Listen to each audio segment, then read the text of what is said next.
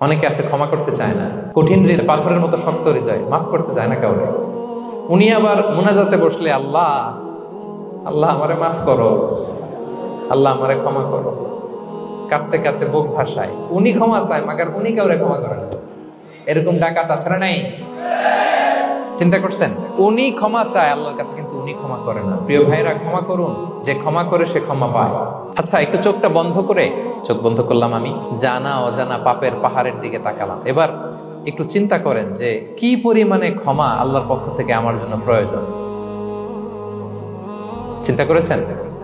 এবার চোখ খুলুন, পাপের পাহাড়ের দিকে একটু তাকান।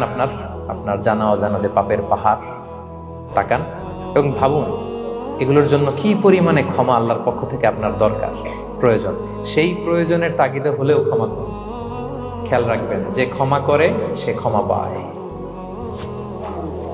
যে অন্যকে ক্ষমা করে না সে ক্ষমা পায় না।